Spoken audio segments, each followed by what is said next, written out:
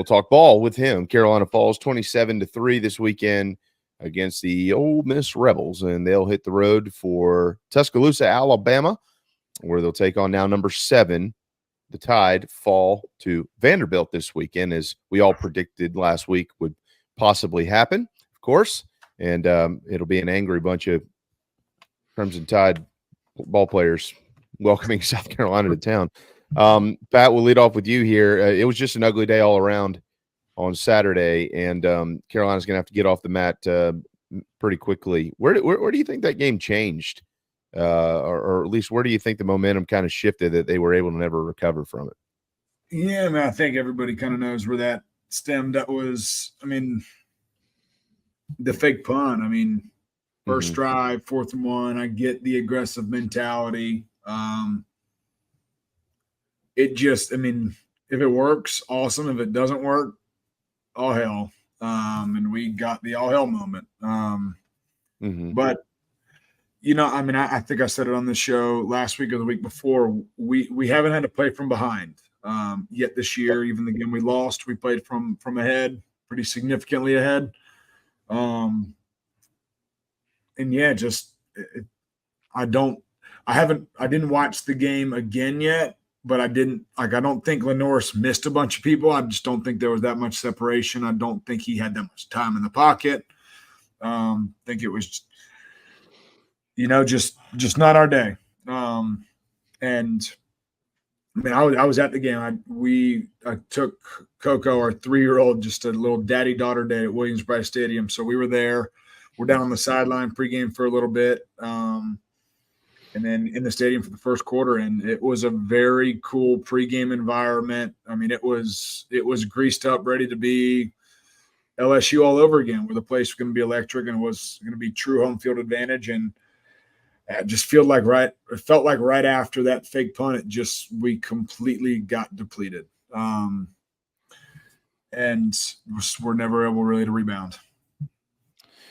Well, that's the truth. And then once again, another drop football by the quarterbacks. Those two things early were killers. Let's talk about the fake punt here for a second, because Coach Beamer mentioned during the game. I was with you. I was in the game, but in rewatching, and I was able to hear it. And he has been very outspoken since that was a bad call, and he did not approve of himself, kind of getting caught in the moment there and going through with that. Pat, look, you got 3 phases of the game, right? Offense, defense, special teams. Carolina's most consistent this year have been defense and special teams. If you punt it there, the Rebels are going to get the ball inside their own 20. You've already stopped them offensively once earlier in the game. You felt like you were in a good spot there. You bring the student section and 80,000 people into this thing. I know it was in the game plan, and I understand that. But risk reward, right? Risk reward, and Ole Miss can score points. This isn't like this is an offense that was going to take the ball over on your side of the 50, where they were. You're very confident you're going to stop them. I don't understand when you evaluate risk reward in that moment right there, how you go with the risk. It didn't add up. Yeah, I sat in special teams meetings for a long time in my career, college and NFL, and being in those rooms, we as a special teams unit were always on high alert early on for teams to do stuff. And I would have to go back and watch the tape. Did Ole Miss leave their defense on the field in 4th and 1? Or okay. Their defensive line was out there. Yeah. That's alert 1. So, yeah, it's just something that we talked about a bunch in meetings that I was in is, early on teams are going to be on high alert for your tricky stuff. I don't like if you're going to fake it, that is the call on 4th and 1 is to try to get just a big – we ran it a bunch when we ran it 3-4 times when I was in Atlanta, and I was the guard. But if we ever had defense stay, we always found a way to get out of it. We'd either take the penalty or whatnot, just to get the ball off, just because I'm 240. It's really hard to move a guy who's 340 if you're 240.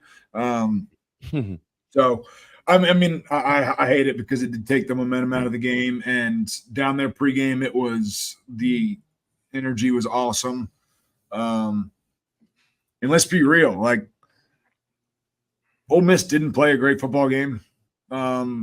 They played good enough to beat us, but it's not like they didn't hit every shot they had. I mean, there were a lot of guys. I mean, we only gave up 27 points defensively, but they had a lot of guys running open and they missed them. Juice Wells fumbled as he was about to score. It could have been a lot worse than 27-3, but it wasn't. I mean, we fought hard. I mean, when you look at the stat line, like it's really not didn't get blown out. They had 400 something yards. We had 300. First downs were pretty similar. Time of possession, we actually won time of possession. It goes down to kind of the momentum early, and we unfortunately lost that early. We had more rushing yards than them. Pat, I this is the third straight week I've said this. Carolina's got to get better on third down, talking about on offense. They got to quit committing penalties, and they can't turn it over. None of that was good on Saturday. If you do all those things, you usually win every football game. That's on everybody's docket. But, losing the turnover battle kills you. This football team not being able to run it effectively early is going to be a problem. And being able to run the ball early, like putting yourselves in that situation to be able to rely on the run. And I mean, this has been. I mean, and I know Coach harped on it in his press game conference. The penalties. It's got to get cleaned up. The easiest way to win is to stop yourself from losing. And I'll look it up later today, but I would imagine we're probably at least top in the SEC, if not top in the country so far in penalty yards against us. 119, Pat. Yep, self-inflicted wounds. Got to stay out of that route. Go ahead, Mike. Always love having Pat on. Pat, you said you were at the game. You didn't get to watch the tape yet? No, I have not. Okay, so we're not doing the breakdown of plays because there's two I really wanted to ask you about. Yeah. You can go ahead and ask the plays it's two plays that hardly anybody's talking about. I mean, the fake punt's an obvious, right?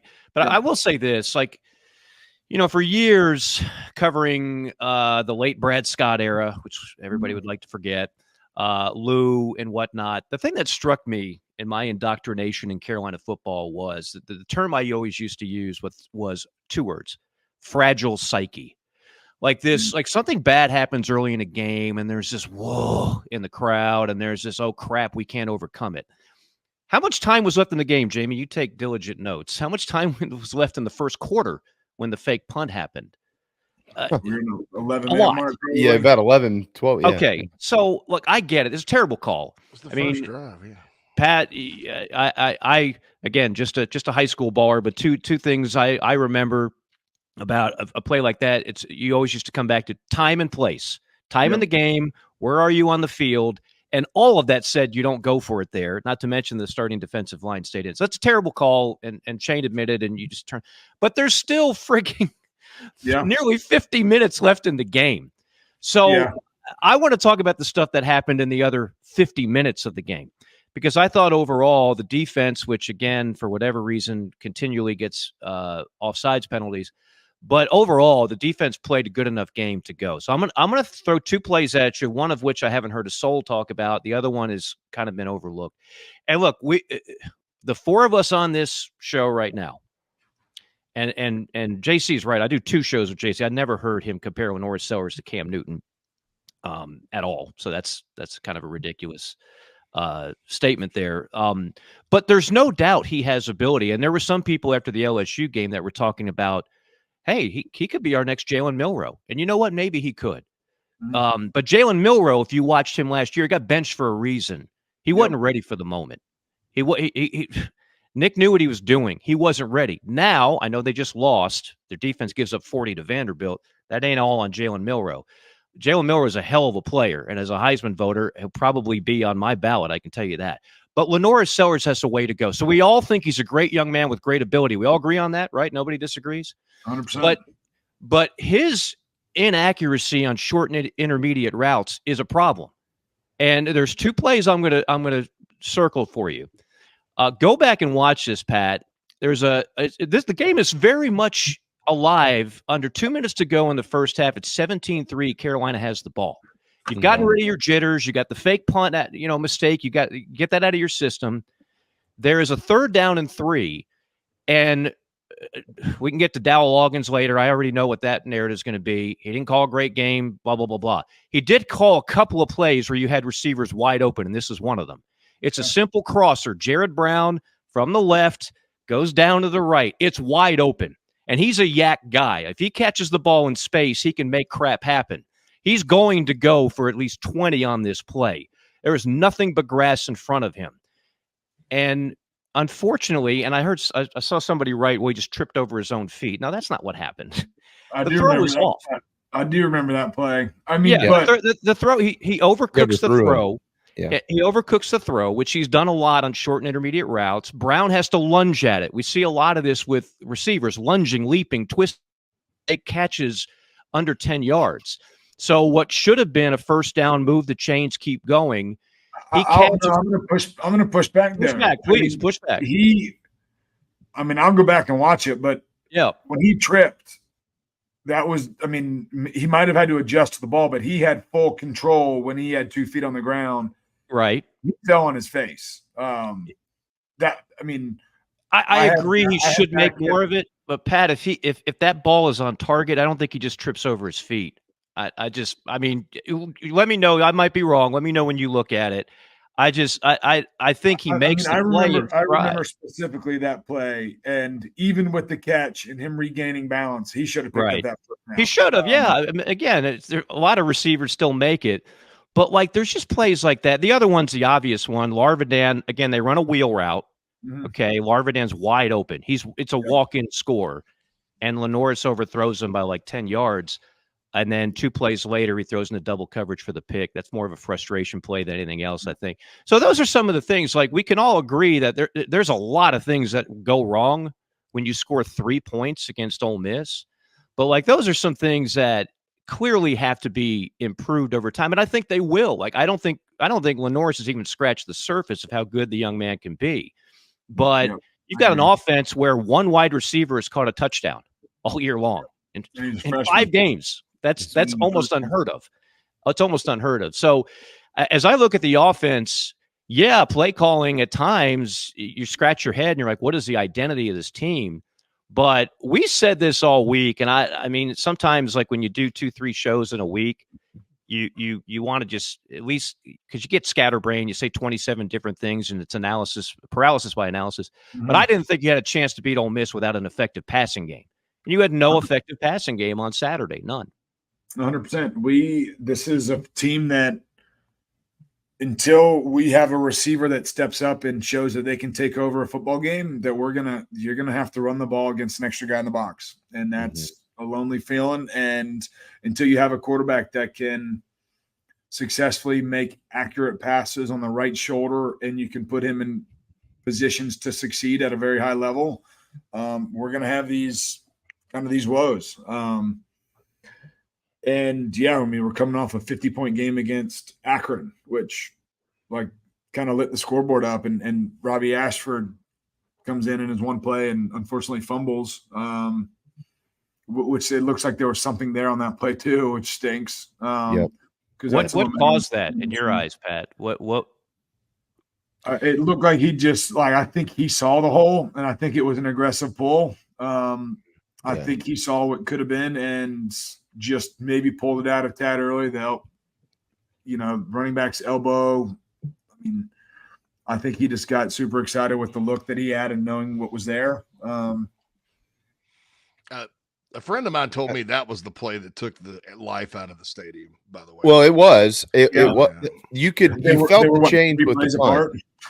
It was the very next drive. Yeah, it was the very next drive because and he's not wrong about that. I wouldn't say he was wrong. I mean, you knew when that fake punt happened, it was okay, all right, let's everything just calm itself down. There's a long ways to go in the game, but gosh, don't let that be the thing that beats you, right? And then when they drop the ball, because that was the 7th time this year that one of the quarterbacks has fumbled the football, right, Pat?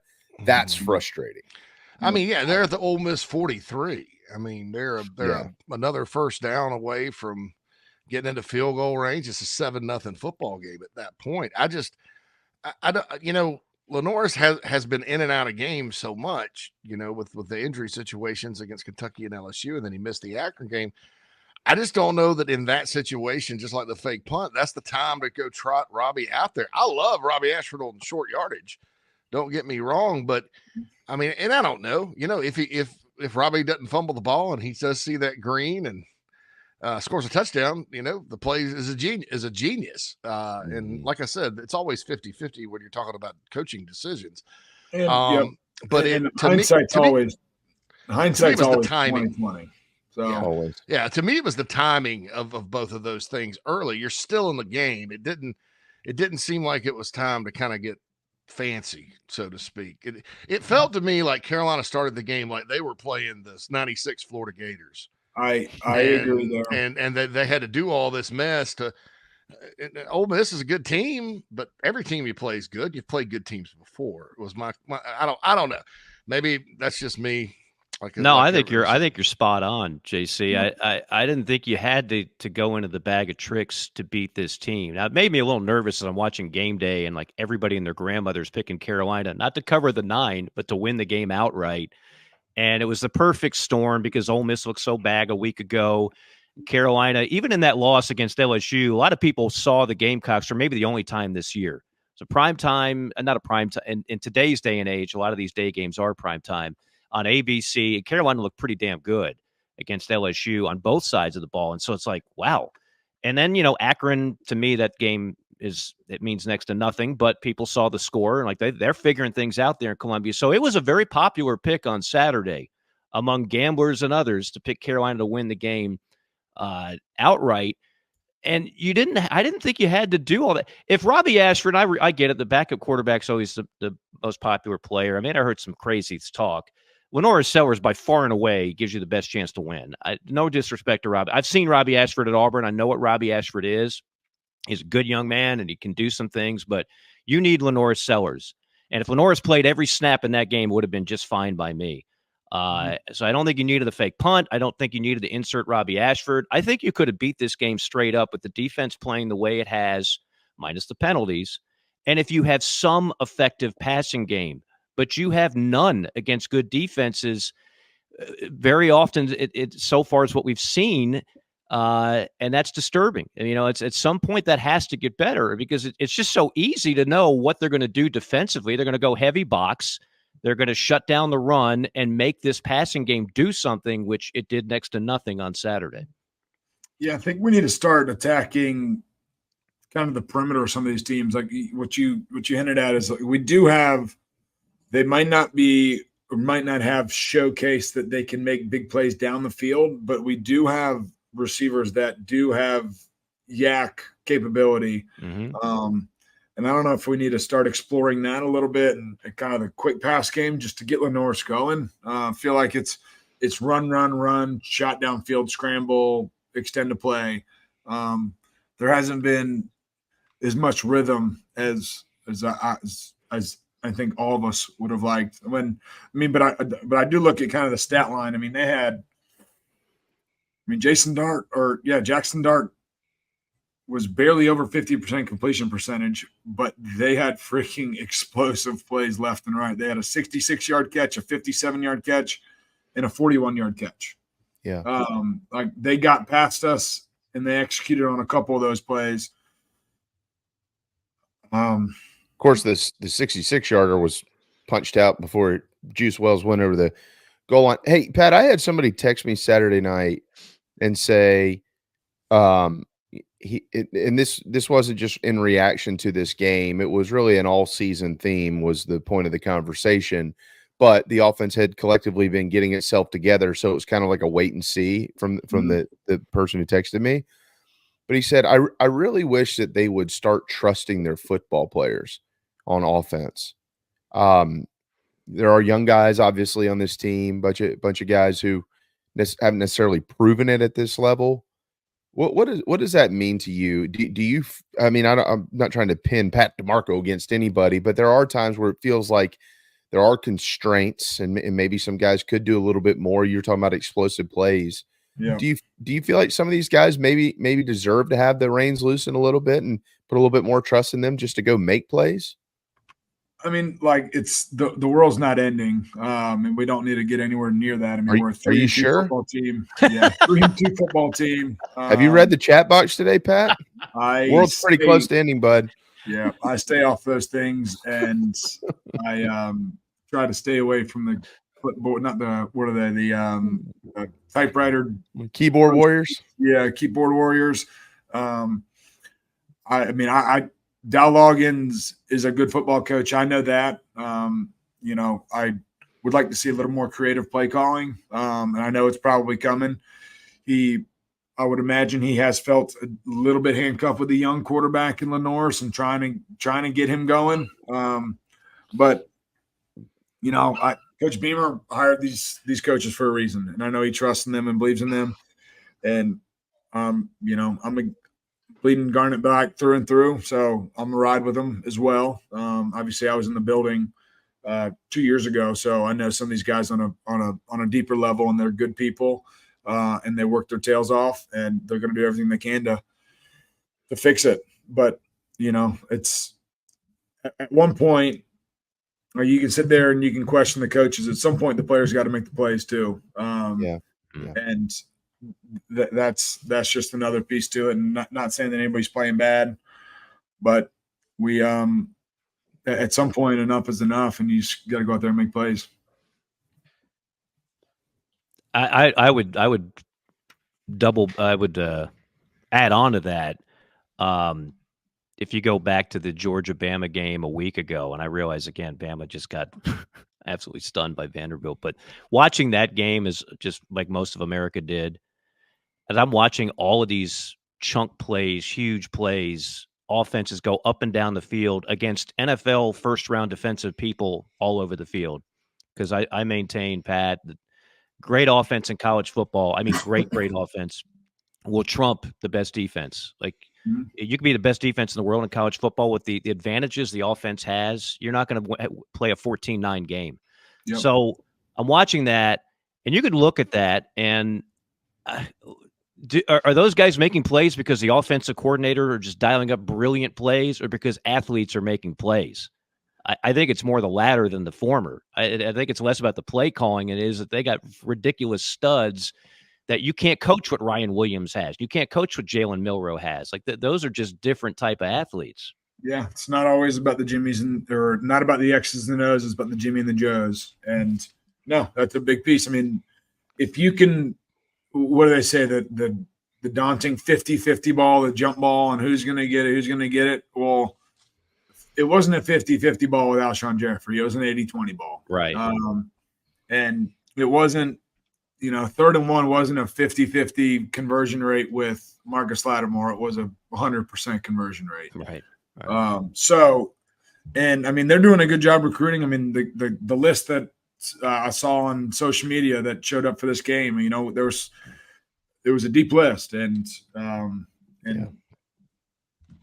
hopefully those guys come back. I'm sure they will, because Coach Beamer and these coaches have great relationships with these kids.